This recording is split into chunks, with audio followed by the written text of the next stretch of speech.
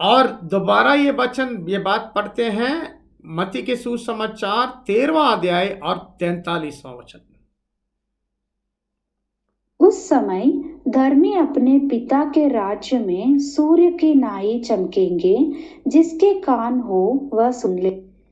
तो प्यारे भाई और बहनों, तो अगर ये बात सही है, अगर ये युरकुलिन का अंधकार दर्शाता है, वो नवा विपत्ति का अंधकार जो मिस्र के देश में हुआ, और अगर वो असलियत में चटा कटोरा का संभव बताता है, तो चटा कटोरा के संभव के अनुसार पैसा अभी सूख रहा है। किसके लिए?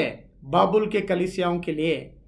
और साथ साथ में वचन बोलता है कि इस वक्त पूर्व के दिशा से राजाओं को आने की, प्रकट होने के लिए तैयारी हो रहा है। इसका मतलब है कि अगर ये सही है तो हम छठा कटोरे के उंडेल होने के समय में हैं, और अगले अभी परमेश्वर का राज्य को स्थापित होना बहुत नजदीक है, और कलीसिया को पूरा पूरा महिमा होने का समय बहुत जल्दी आ रहा है। चौथा सबक हमारे लिए यह है कि इस, जैसे मैंने आपको शुरू में बोला, इस युरकुलिन के घटना के बाद एक 14 दिन की बात बताता है। 14 दिन का हिसाब दिया गया है। वो 27वां अध्याय में हम इस बात को पढ़ते हैं। प्रेरितों के काम के 27वां अध्याय 27वां वचन। जब 14वीं रात हुई और हम अद्रिया समुद्र में देखा, 14वां रात हुई। तो ये 14 दिन युरकुलिन के आंधी के बाद, इसका क्या मतलब हम ले लें?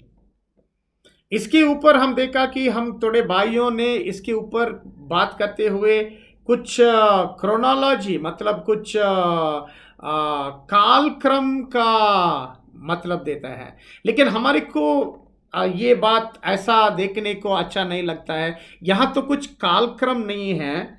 हमको ऐसा लगता है कि ये पूरा का पूरा 27वां अध्याय में कहीं भी कालक्रम नहीं है। There is no chronology at all in Acts 27। ये प्रेरितों के काम के 27वां अध्याय में जहां कोई हम देखता है संख्या, ये बताता है संख्यात्मक चिन्ह, न्यूमेरिक सिंबल्स। तो उस तरीके से 14 का मतलब क्या है? 14 का मतलब है राज्य। 14 is a number associated with the kingdom। 1000 साल राज्य, जहां दुनिया का उद्धार प्रकट हो जाएगा, जो परमेश्वर के दिव्य योजना में दूसरी उद्धार का समय होगा। यह है 14 का मतलब है। अभी आपको बताएंगे कि ये कैसे हम ये कहता है कि 14 का मतलब राज्य।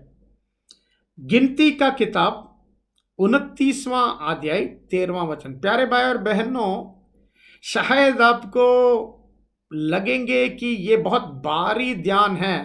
हाँ, तो बहुत भारी ध्यान होगा, लेकिन हम भी भारी आदमी होना चाहिए इन सारे बातों को ध्यान करने के लिए, समझने के लिए। क्योंकि अगर हम आत्मिक रूप में सही तरीके से बढ़ रहे हैं, तो परमेश्वर के पवित्र आत्मा के जरिए से ये सारे बातें को समझना है। इसके ऊपर दिलचस्प भी होना चाहिए और ज़्यादा जोश भी होना चाहिए, क्योंकि ये हमारा पिता परमेश्वर का दिव्य योजना, और यहाँ देख रहा है भविष्यवाणी, दृष्टांत, कथा। अगले बढ़ते हुए देख लेंगे गिनती 29वां अध्याय 13वां वचन। तुम होम बलि यहोवा को सुखदायक सुगंध देने के लिए हव्य करके चढ़ाना, अर्थात 13 बछड़े और 2 मेढ़े और 1 वर्ष के 14 भेड़ के बच्चे, ये सब निर्दोष हो। तो ये एक त्योहार है, ये झोंपड़ियों का त्योहार, फीस्ट ऑफ टैबरनेकल्स। ये झोंपड़ियों का त्योहार में हम देखता है बहुत सारे बलि होता है, होम बलि भी होता है। यहाँ 1 साल का भेड़ के बच्चे का हिसाब है 14 1 साल का भेड़ का बच्चा का बलिदान हर दिन इस त्योहार में बलिदान होना जरूरी है। इसी तरह जैसा झोंपड़ियों का हमको याद में रखना, झोंपड़ियों का त्योहार दर्शाता है राज्य, और राज्य के समय में जो प्रकट होगा दुनिया का उद्धार। 1000 साल के युग के कामों और बातों दर्शाता है झोंपड़ियों का त्योहार, फीस्ट ऑफ टैबरनेकल्स। और इसके बलि के हिसाब में देखते हैं तो 1 साल के भेड़ के बच्चे का बलिदान करना हर दिन का संख्या था 14। और एक और त्योहार था पस्सा का त्योहार। पस्सा का त्योहार के 7 दिन में जो होम बलि और बलियों का तरीका था, वचन में पढ़ेंगे गिनती की किताब 28वां अध्याय और 19वां वचन। उसमें तुम यहोवा के लिए हव्य अर्थात होम बलि चढ़ाना, सो 2 बछड़े, 1 मेढ़ा और 1 वर्ष के 7 भेड़ के बच्चे हो, ये सब निर्दोष हो। देखा, 1 साल का बछड़े का कितने हिसाब? 7। तो पसा के त्योहार में 1 साल के भेड़ के बच्चे अर्थात बछड़ों का हिसाब 7 होगा, लेकिन झोंपड़ियों के त्योहार में 14। ये 1 साल के भेड़ के बच्चे अर्थात बछड़े का मतलब क्या है? ये यूहन्ना के किताब में 1 अध्याय और 29वां वचन में पढ़ेंगे, जॉन 1:29। दूसरे दिन उसने यीशु को अपनी ओर आते देखकर कहा, देखो, यह परमेश्वर का मेमना है जो जगत के पाप उठा ले जाता है। तो यहाँ हम देखते हैं कि प्रभु यीशु मसीह के बारे में बपतिस्मा यूहन्ना ने क्या बोला? ये है पाप उठाने का परमेश्वर का मेमना, मतलब परमेश्वर का बछड़ा, परमेश्वर का भेड़ का बच्चा। तो ये भेड़ का बच्चा दर्शाता है प्रभु यीशु मसीह और प्रभु यीशु मसीह का दिया हुआ बलिदान।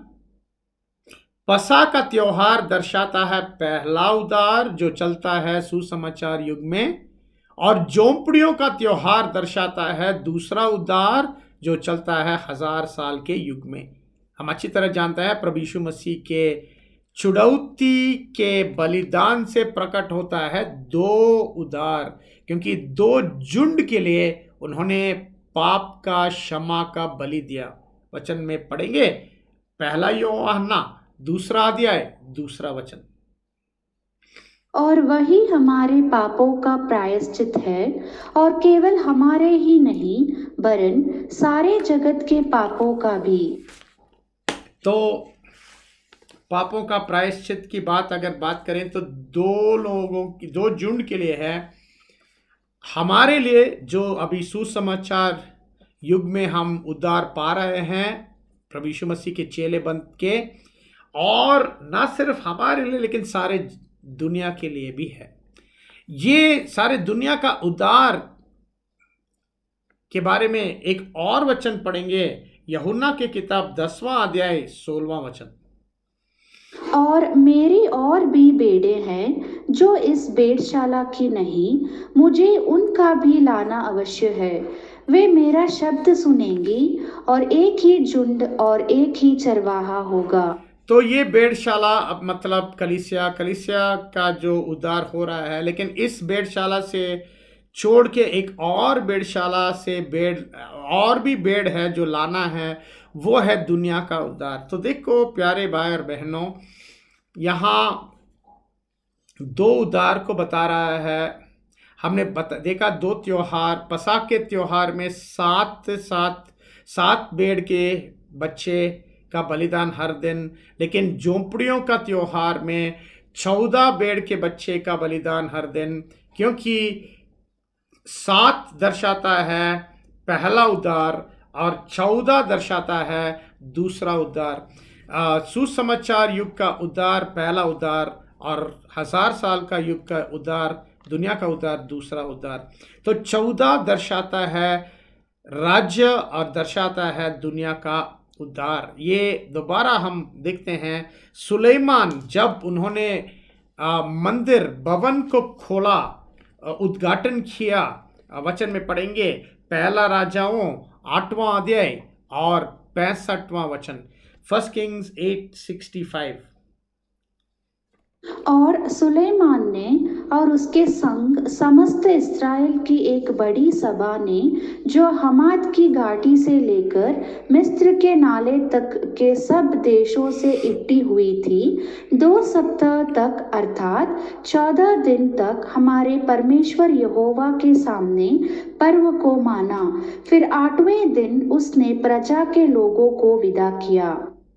तो ये भी बताता है कि 2 सप्ताह है, मतलब 14 दिन का वहाँ ये निष्ठा हुआ। हम देख रहे हैं वेदी का निष्ठा 7 दिन, उसके बाद झोंपड़ियों का त्योहार 7 दिन। तो ये 14 का जो संख्या है, ये एक संख्यात्मक चिन्ह है राज्य के लिए और राज्य में दुनिया का उद्धार।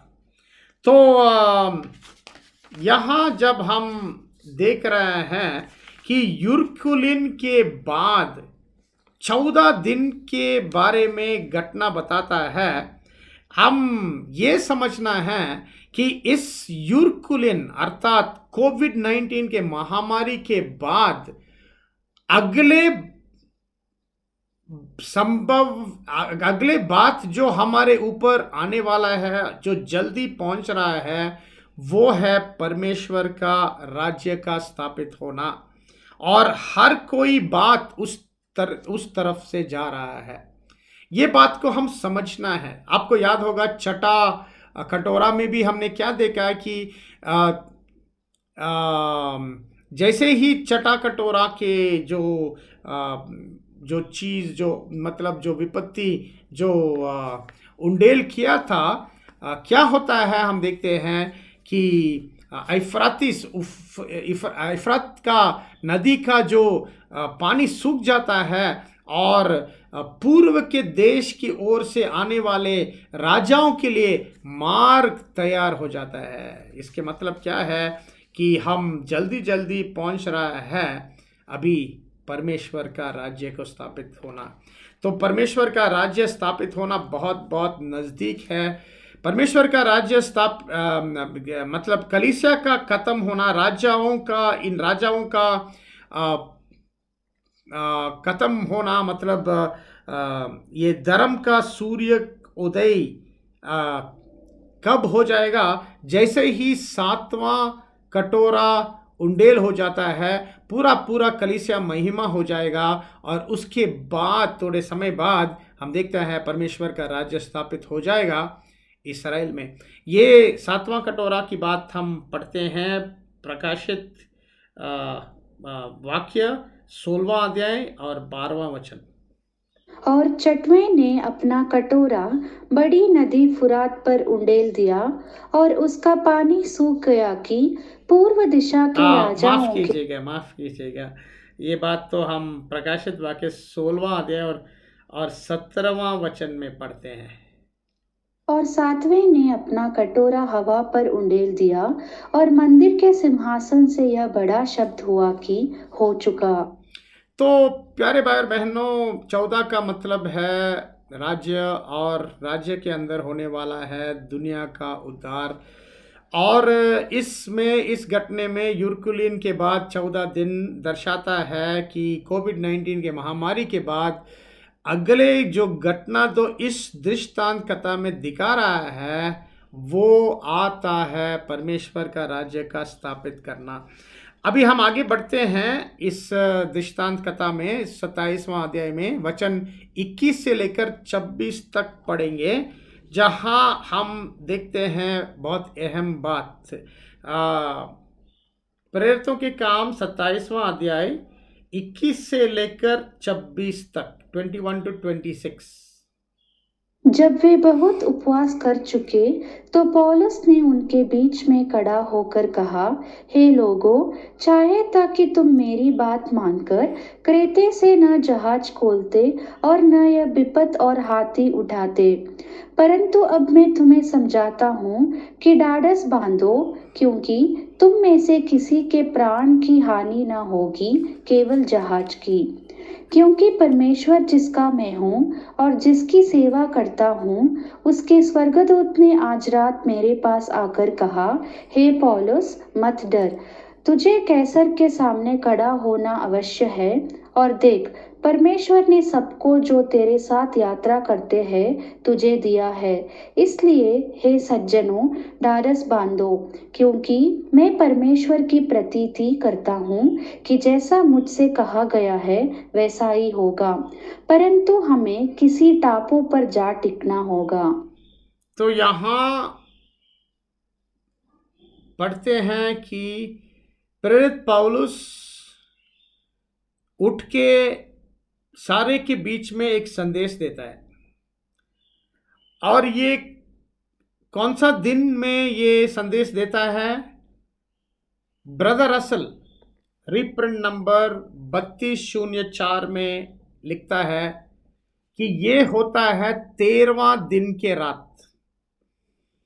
13वां दिन के रात मतलब 14वां दिन से पहले 13वां दिन के रात, शाम के बाद रात में ये संदेश होता है कि पौलुस ने संदेश देता है। अभी ये संदेश जो पौलुस देता है, ये हम जानता है, ये दर्शाता है कलीसिया देने वाला आखिरी गवाही, और कलीसिया जो देने वाला आखिरी गवाही बन जाएगा 7वां कटोरा। जैसे अभी हमने आपको पढ़ा, दोबारा आपको पढ़ेंगे, वो 7वां कटोरा का बताता है एक आखिरी गवाही जो कलीसिया देगा। वो 16वां अध्याय 17वां वचन प्रकाशित वाक्य।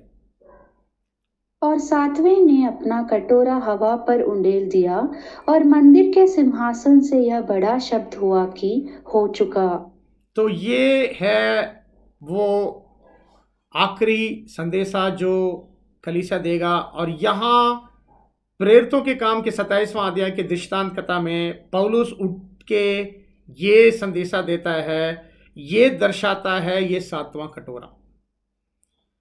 और ये बात भी हम याद में रखना है कि दुनिया के अंत में और कलीसिया के अंत में बहुत सारे बातों होंगे, लेकिन ये प्रेरितों के काम और 27वां अध्याय का दृष्टांत कथा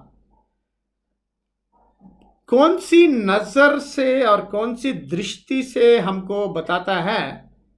सिर्फ कलीसिया जो देंगे आखिरी गवाही के दृष्टि में दिखाया गया है इधर।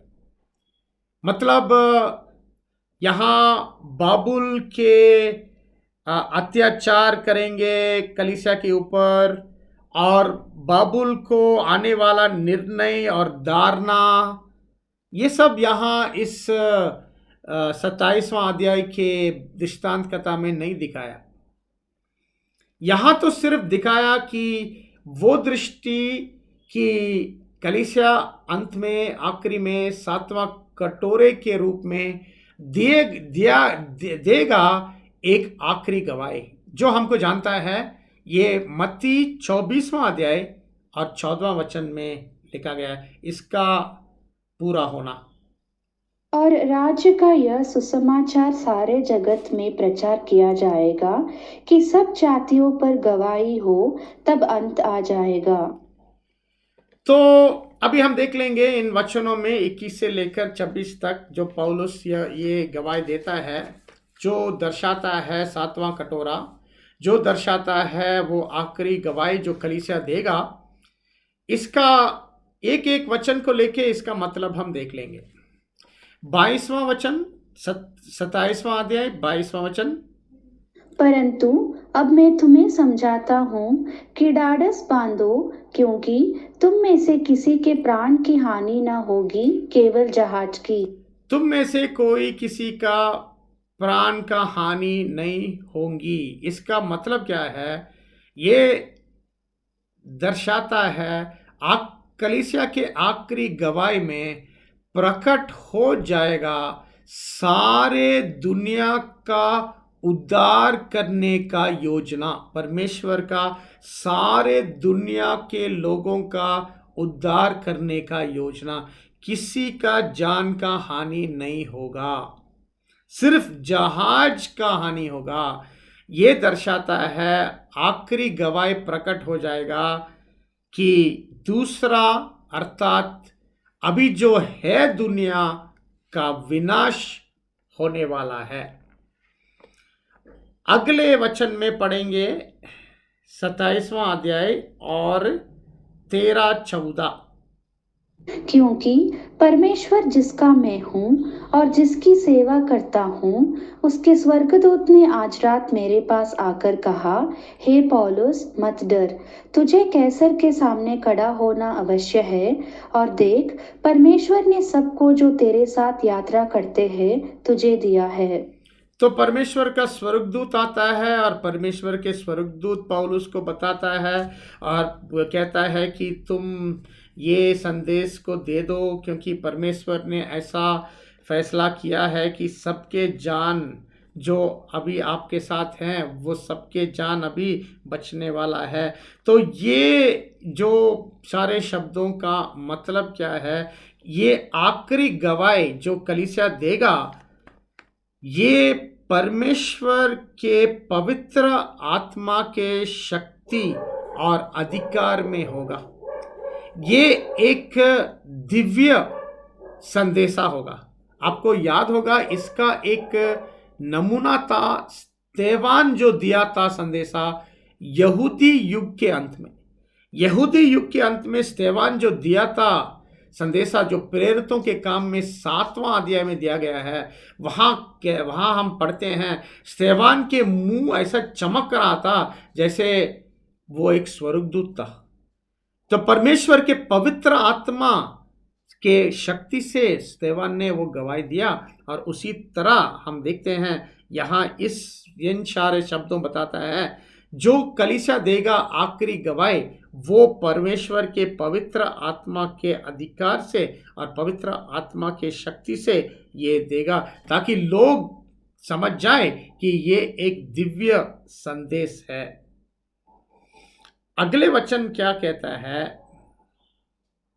इसलिए हे सज्जनों, ढाढ़स बांधो, क्योंकि मैं परमेश्वर की प्रतीति करता हूँ कि जैसा मुझसे कहा गया है वैसा ही होगा। हे सज्जनों, ढाढ़स बांधो, घबराओ मत, आशा रखो। इसका मतलब क्या है कि ये संदेश जो कलीसिया देगा सुनने वाले लोग के लिए उस वातावरण में, याद में रखो, बड़ा कलेश शुरू होने के वातावरण में, टूटते हुए दुनिया के बीच में ऐसा संदेश जब प्रकट हो जाता है, ये इस संदेश के अंदर होगा आशा। आशा, ये आशा का संदेश, ए मैसेज ऑफ होप। ये आखिरी संदेश एक आशा का संदेश होगा। ये कलीसिया का देने वाला आखिरी संदेश दुनिया को एक आशा का संदेश होगा कि आने वाले समय में कुछ अच्छा है।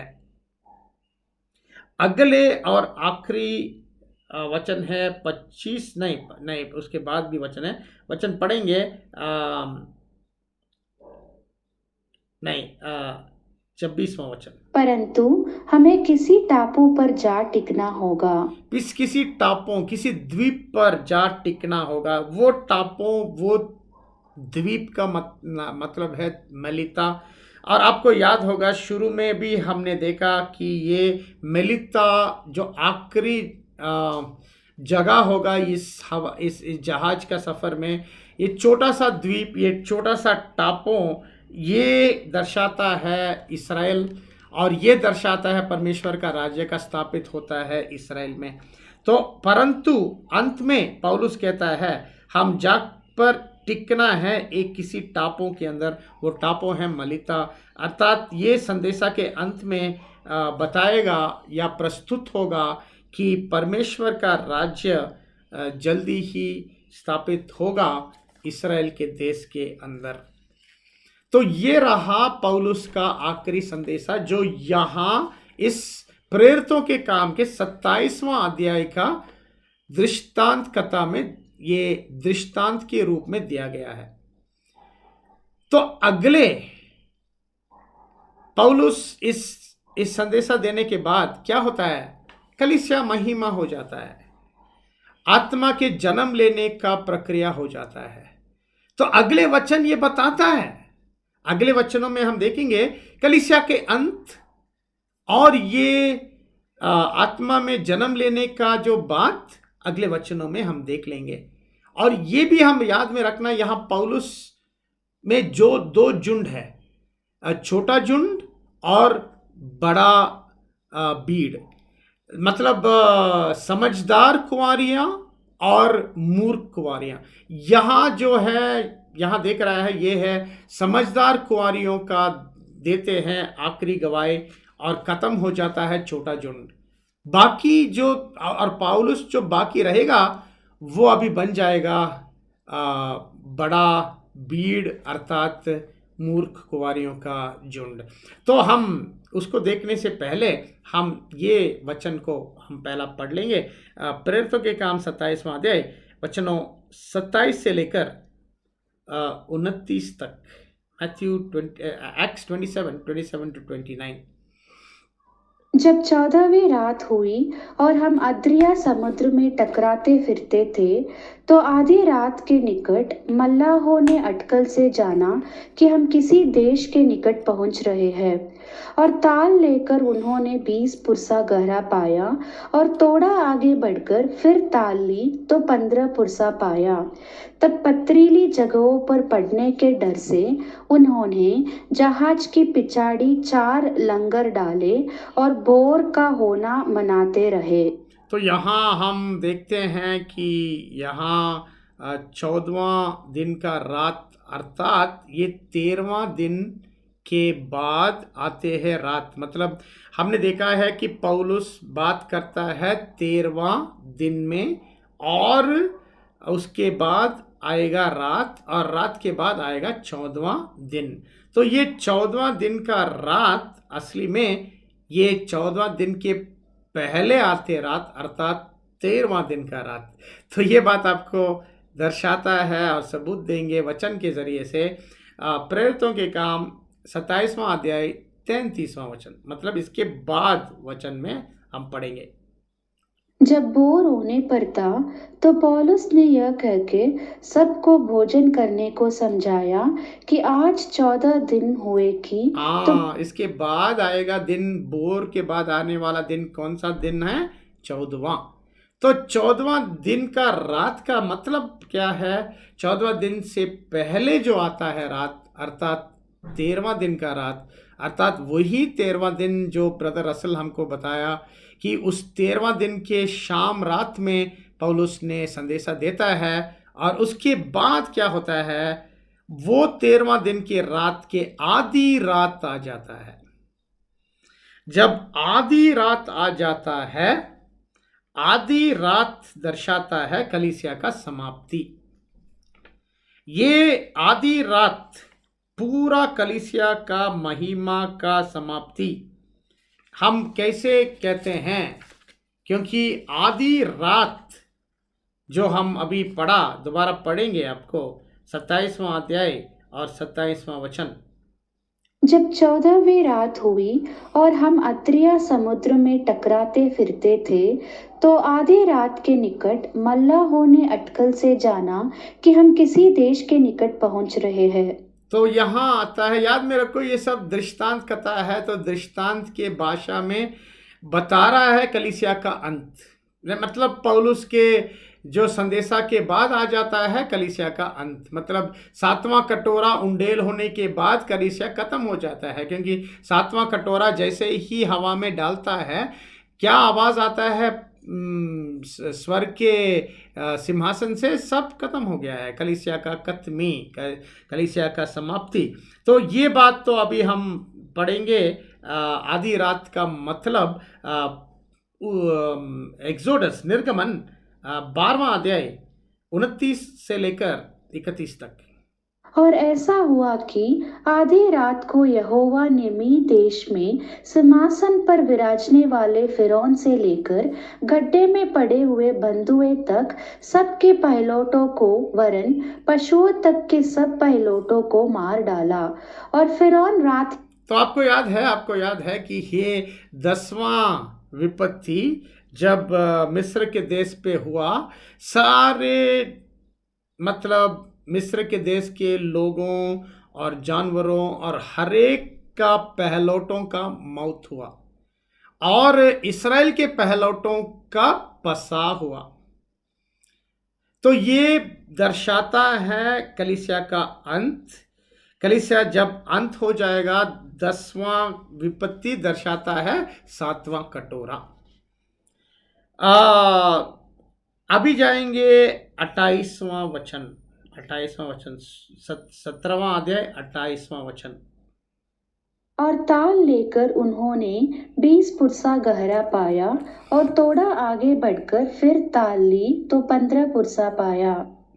तो ये 28वां वचन बोलता है, आगे चलते चलते पानी को मापते हैं, ताल लेते हैं, और देखते हैं कि पहला आता है 20 पुरसा, और उसके बाद और भी थोड़े आगे चलते चलते आ जाता है 15 पुरसा।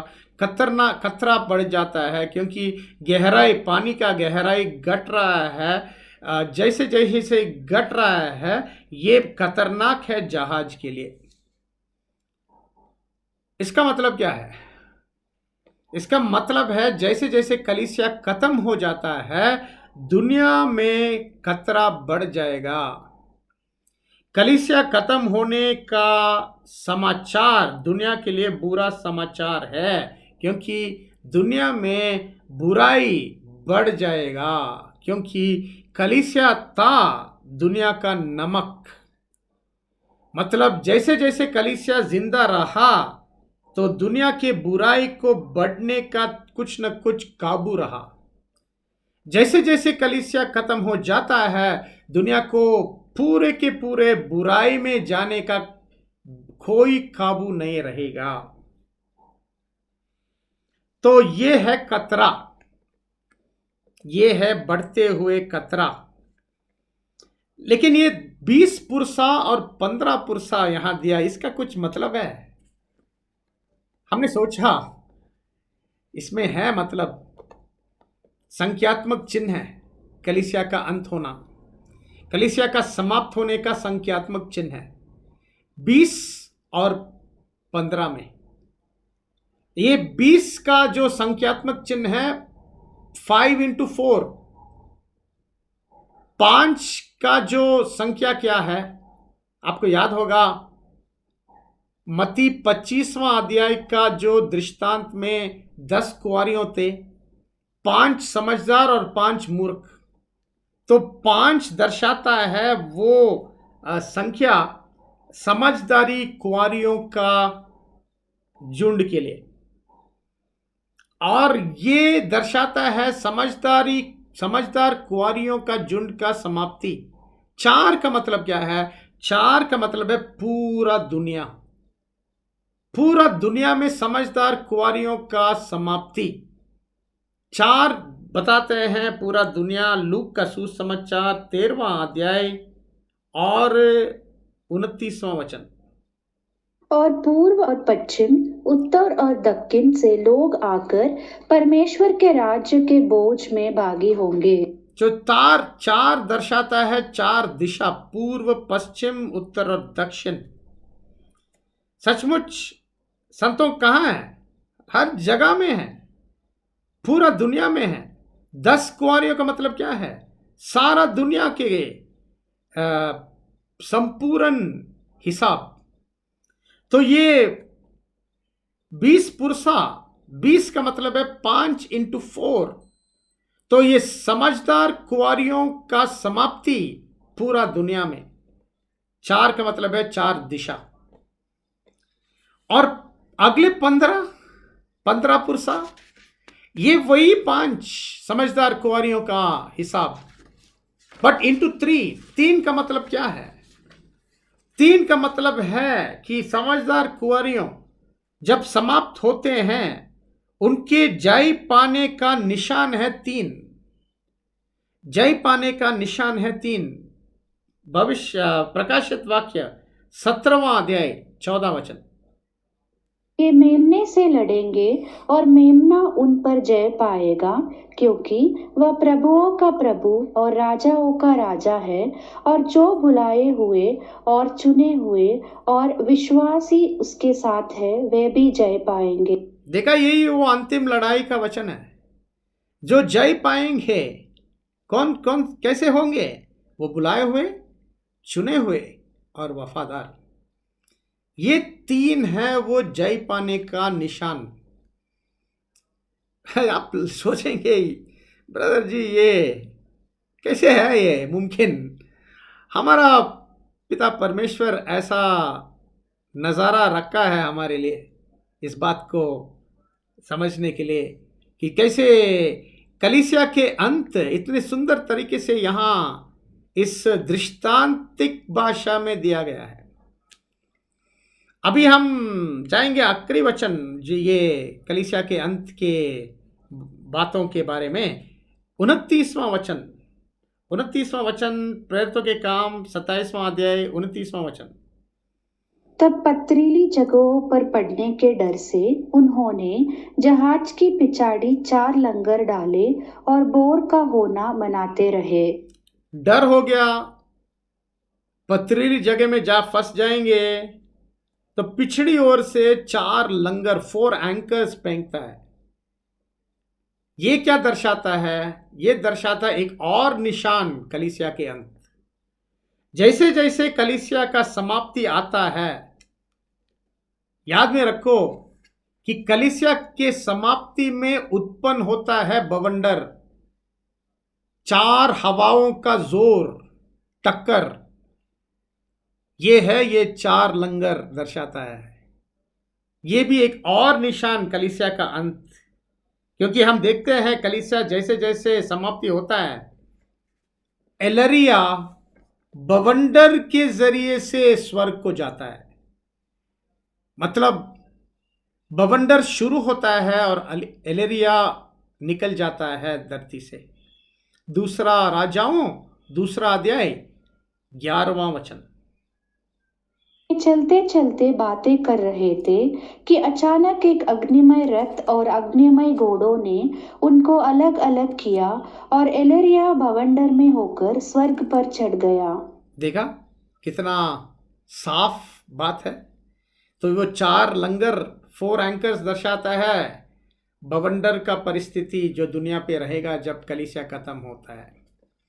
तो प्यारे भाई बहनों, देखो कितना सुंदर है ये बात, कितना ताज्जुब वाली बात है ये। आगे बढ़ते हैं।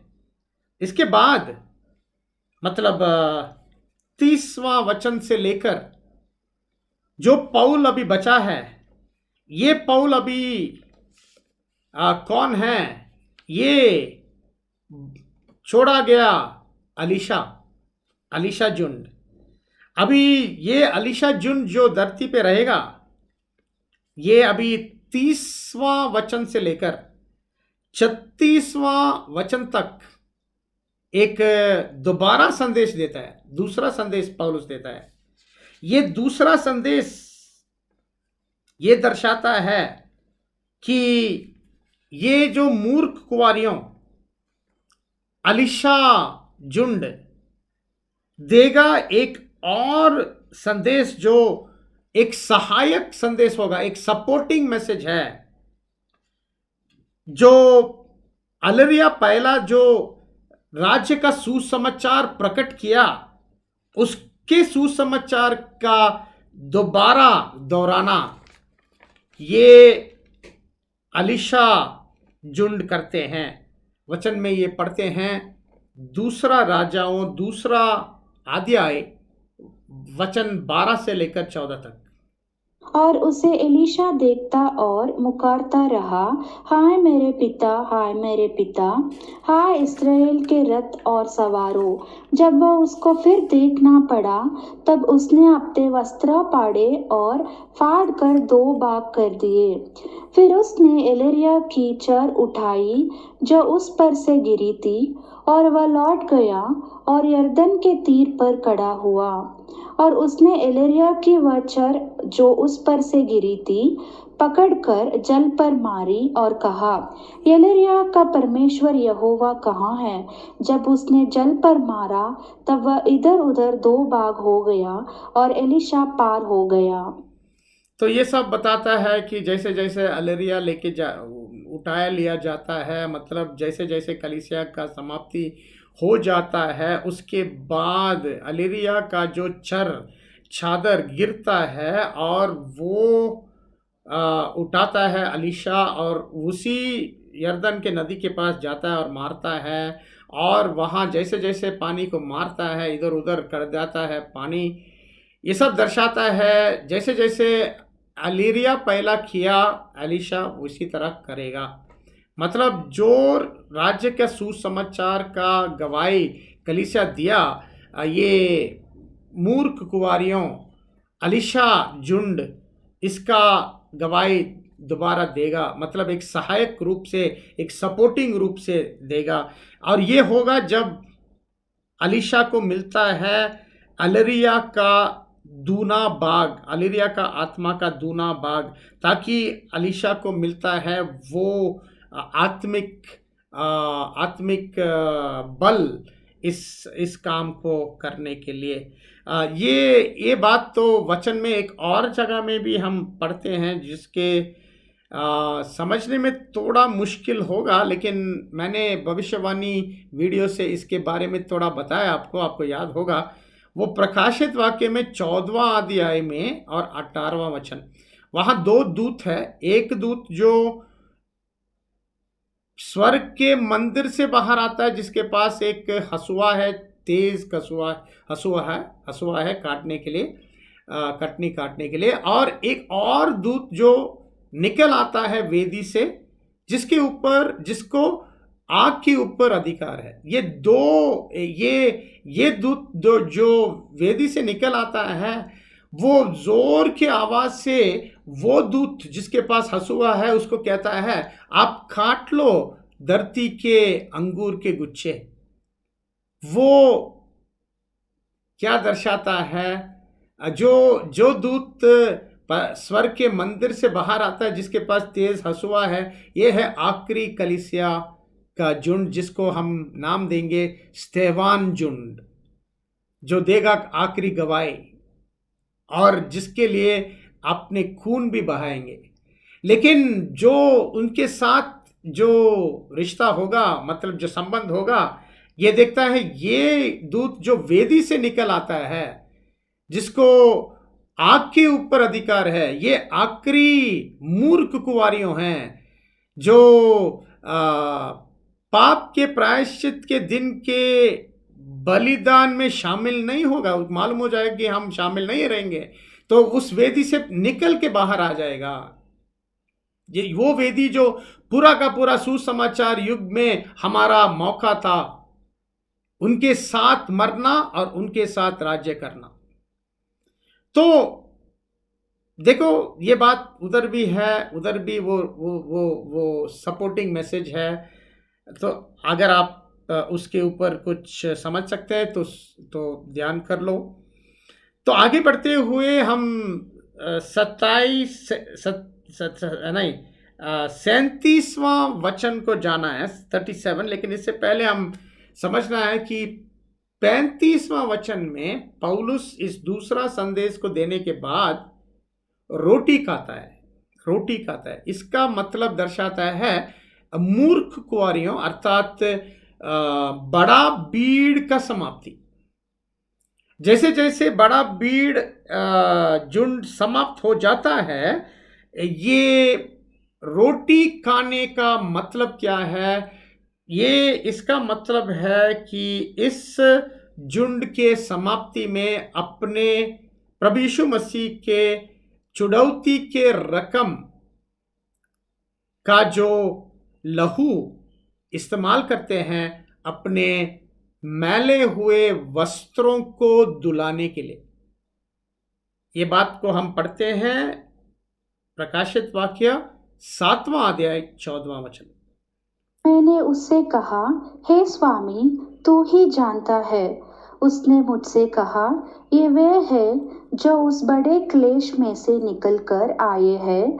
उन्होंने अपने अपने वस्त्र मेमने के लोहों में धोकर श्वेत किए हैं। हाँ, मेमने के लोहों से धोकर श्वेत किए हैं। ये मेमने के लहू यहाँ प्रेरितों के काम 27वां अध्याय और 35वां वचन में दिखाया गया है। रोटी मतलब प्रभु यीशु मसीह का शरीर। प्रभु यीशु मसीह का शरीर का मतलब है धार्मिकता, और उस धार्मिकता इस्तेमाल करेगा बड़ी भीड़ झुंड अपने वस्त्र को धुलाने के लिए। अभी जाएंगे 37वां वचन। प्यारे भाई बहनों, 37वां वचन, प्रेरितों के काम 27वां अध्याय 37वां वचन। हम सब मिलकर जहाज पर 276 जन थे। तो हम सब मिलकर मतलब अभी देखो, पौलुस भी रोटी खा लिया है, बड़ा भीड़ भी हो गया है, उससे पहले छोटा झुंड भी हो गया है, कलीसिया का समाप्ति हो गया है इस दृष्टांत कथा में। अभी बाकी जो जहाज में कितने लोग हैं? 276 जन, 276 आत्मा के हिसाब देने का क्या जरूरत है? ये दर्शाता है एक और संख्यात्मक चिन्ह कि दूसरा दुनिया के अंत दर्शाता है।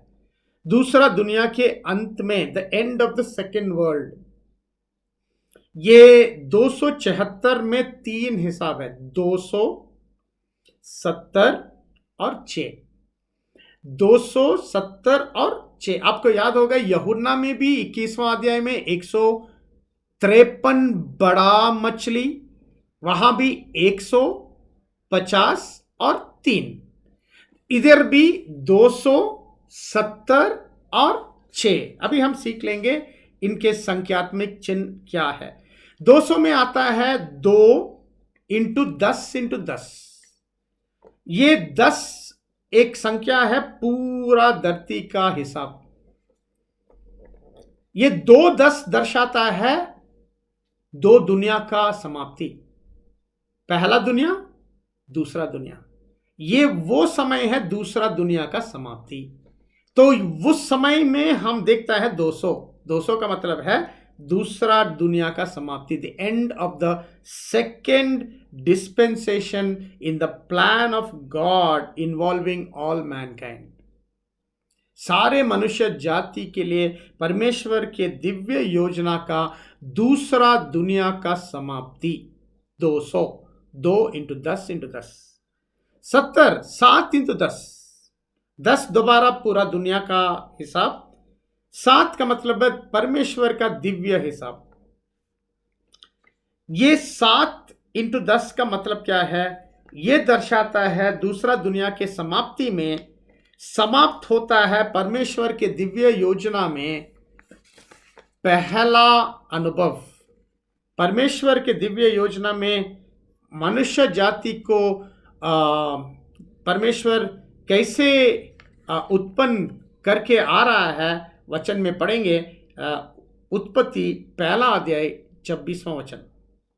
फिर परमेश्वर ने कहा, हम मनुष्य को अपने स्वरूप के अनुसार अपनी समानता में बनाएं, और वे समुद्र की मछलियों और आकाश के पक्षियों और घरेलू पशुओं और सारी पृथ्वी पर और सब रेंगने वाले जंतुओं पर जो पृथ्वी पर रेंगते हैं अधिकार रखे।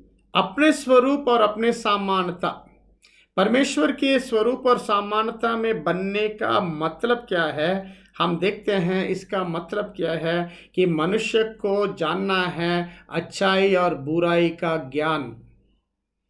जब तक अच्छाई और बुराई का ज्ञान मनुष्य नहीं प्राप्त करते हैं और जब तक मनुष्य को बुराई को नफरत ना करें और अच्छाई को सिर्फ अच्छाई को स्वीकार करें, परमेश्वर का स्वरूप नहीं आ सकता है और समानता नहीं आ सकता है। तो ये दर्शाता है, 70 दर्शाता है ये बुराई के अनुभव के अंत, क्योंकि बुराई के अनुमति हुआ दो दुनिया, पहला दुनिया, दूसरा दुनिया।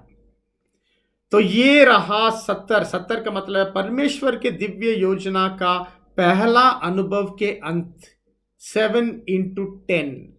और वो पहला अनुभव था बुराई का अनुभव।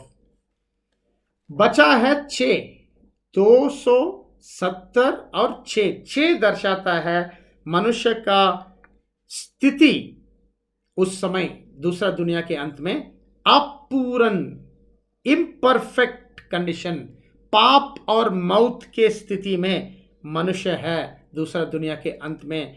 बहुत सारा अनुभव पाया है, लेकिन अभी शुरू होने वाला है दुनिया के उद्धार का, परमेश्वर का अद्भुत काम। जैसे ही राज्य स्थापित होगा, शुरू हो जाएगा दुनिया का उद्धार का समय।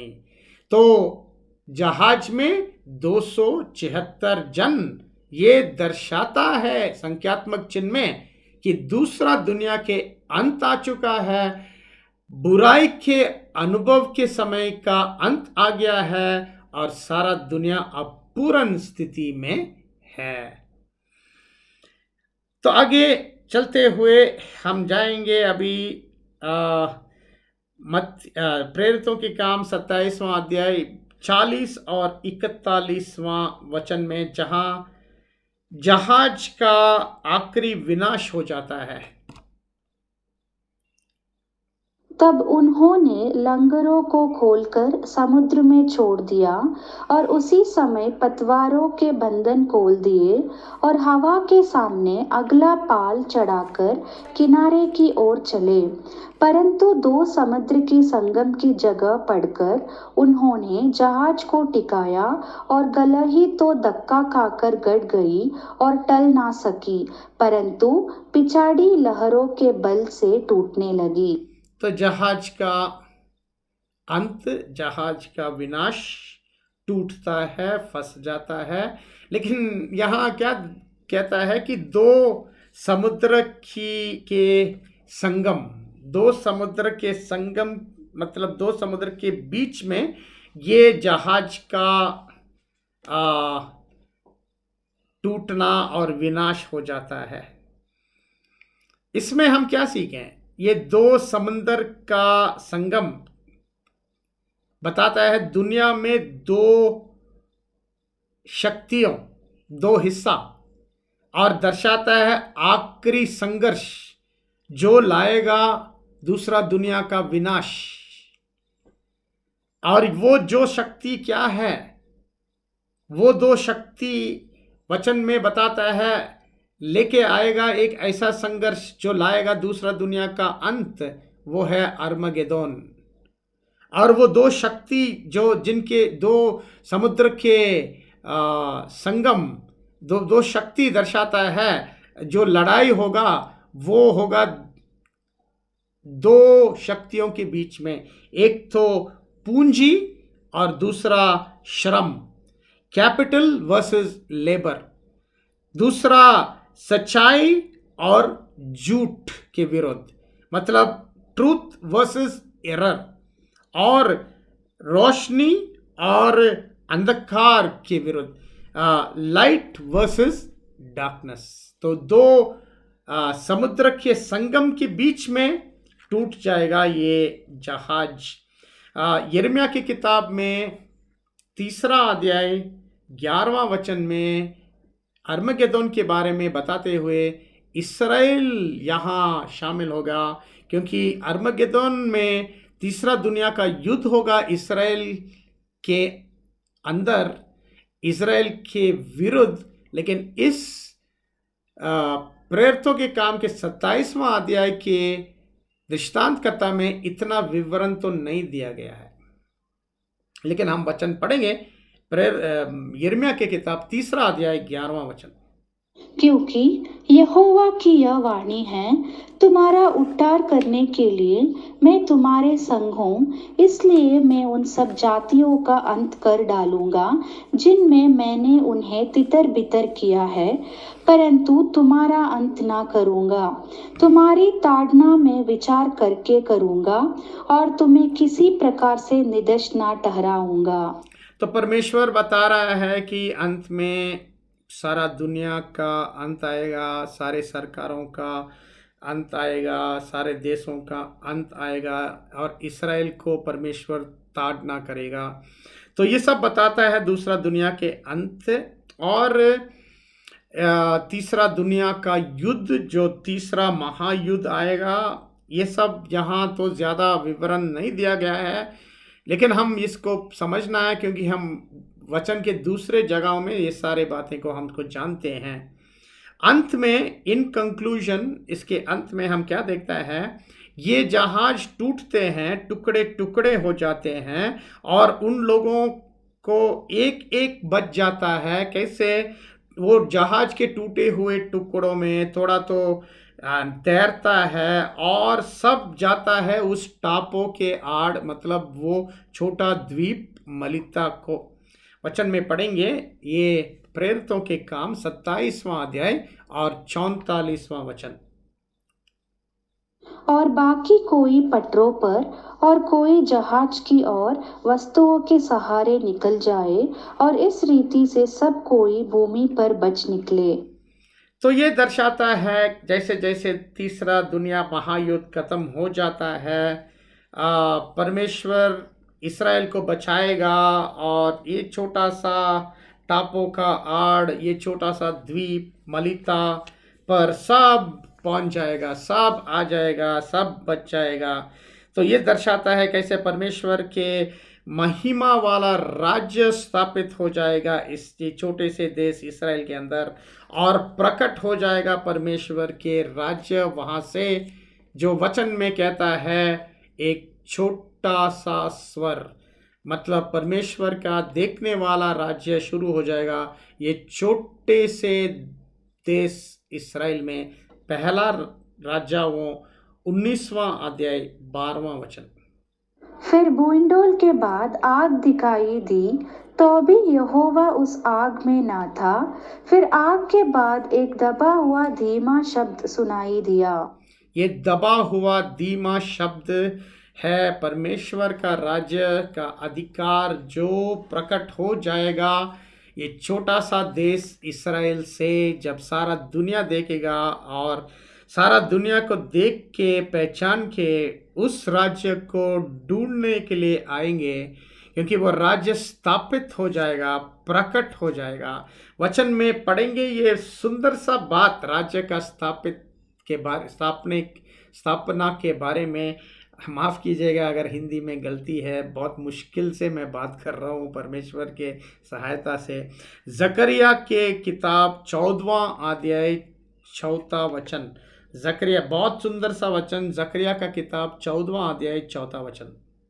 और उस समय वह जलपाई के पर्वत पर पाँव धरेगा जो पूरब और यरूशलेम के सामने है।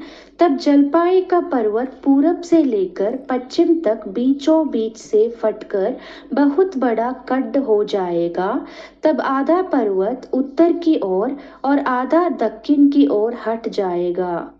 तो जलपाई का पर्वत परमेश्वर का राज्य जो 1874 से अनदेखी रीति से स्थापित हुआ, जब परमेश्वर का राज्य के ऊपर उनके पैर, मतलब लवोदिकीया कलीसिया का संतोष जिंदा रहा, गवाही देते रहा और समय आएगा उस पर्वत को फटने के लिए और फटेगा और उत्तर और दक्षिण का हिस्सा प्रकट हो जाएगा और उत्तर और दक्षिण के हिसाब के बीच में लोग आ जाएंगे। हम वचन में पढ़ते हैं उत्तर नया आसमान, दक्षिण नया पृथ्वी। कितना सुंदर सा दिया गया तस्वीर परमेश्वर का राज्य का स्थापित होना इसराइल में, ये वचन में हम पढ़ते हैं। और सारे के सारे देश इस बात को देख के पहचान के ढूंढने के लिए आएंगे, देश देश को ये वचन पढ़ देंगे। यशाया का किताब 2 अध्याय वचन 2 और 3। अंत के दिनों में ऐसा होगा कि यहोवा के भवन का पर्वत सब पहाड़ों पर दृढ़ किया जाएगा और सब पहाड़ियों से अधिक ऊंचा किया जाएगा, और हर जाति के लागे दारा की नाई उसकी ओर चलेंगे।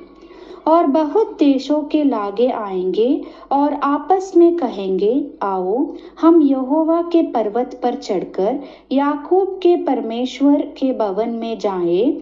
तब वह हमको अपने मार्ग सिखाएगा और हम उसके पथों पर चलेंगे, क्योंकि यहोवा की व्यवस्था सिर्योन से और उसका वचन यरूशलेम से निकलेगा।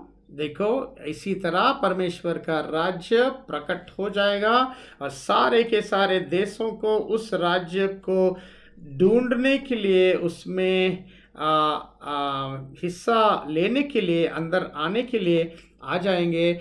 और देख, वचन में पढ़ते हैं, जो तीसरा दुनिया के महायुद्ध में इसराइल के विरुद्ध जो देशों भी हुआ, उन देशों में भी एक ऐसा परिस्थिति आएगा कि उन देशों वापस आ जाएगा अभी यरूशलेम को ढूंढ के, इसराइल को ढूंढ के, कि इसराइल का राज्य को स्वीकार करने के लिए आएगा। ये बात को हम वचन में पढ़ेंगे। जकरिया के किताब 14वां अध्याय और 16वां वचन। तब जिन्हें लोग यरूशलेम पर चढ़ने वाली सब जातियों में से बचे रहेंगे, वे प्रति वर्ष राजा को अर्थात सेनाओं के यहोवा को दंडवत करने और झोपड़ियों का पर्व मानने के लिए यरूशलेम को जाया करेंगे। देखा, सारा इसराइल के दुश्मनों में भी इतना बड़ा बदलाव हो के सभी राज्य ढूंढने को आएंगे और उस राज्य के नियमों के अनुसार चलने के लिए तैयार होंगे, अर्थात परमेश्वर के राज्य को स्वीकार करके अपने आप को समर्पण करेंगे। हाँ प्यारे भाई और बहनों, वो समय आ जाएगा, उस वक्त उस प्रार्थना जो प्रभु यीशु मसीह अपने चेलों को सिखवाया, वो पूरा संपूर्ण होने का शुरुआत उस वक्त हो जाएगा। वो प्रार्थना जो हम आखिरी वचन पढ़ेंगे, मत्ती का सुसमाचार 6वां अध्याय और 10वां वचन। तेरा राज्य आए, तेरी इच्छा जैसी स्वर्ग में पूरी होती है वैसे पृथ्वी पर भी हो। हाँ, तेरा राज्य आवे, पूरा हुआ 1874 जब राजा आया, उस वक्त राजा आते ही राज्य आया। लेकिन जैसे परमेश्वर का इच्छा स्वर्ग में होता है, वो पृथ्वी में हो जाएंगे।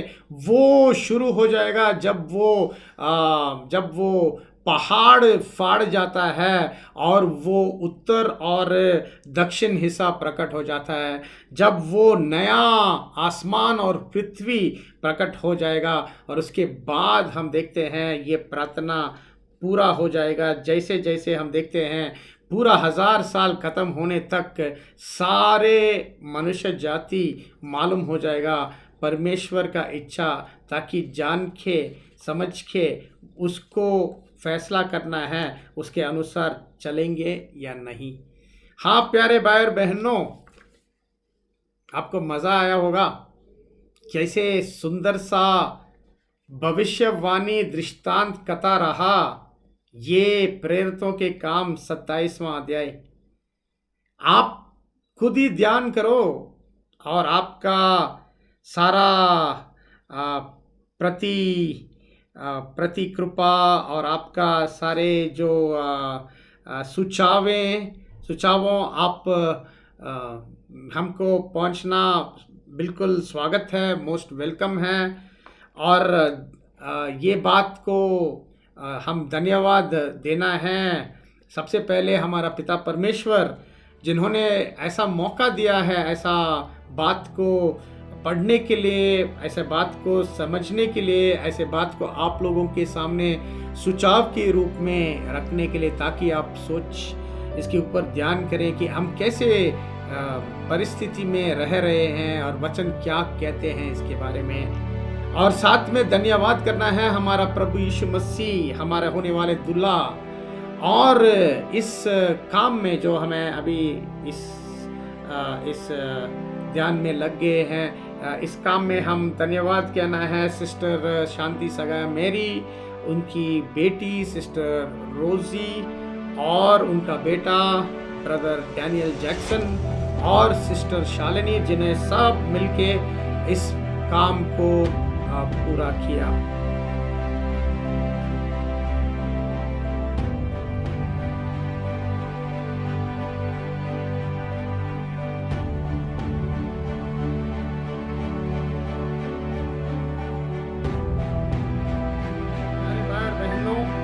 अंत में मैं आपको पढ़ना है एक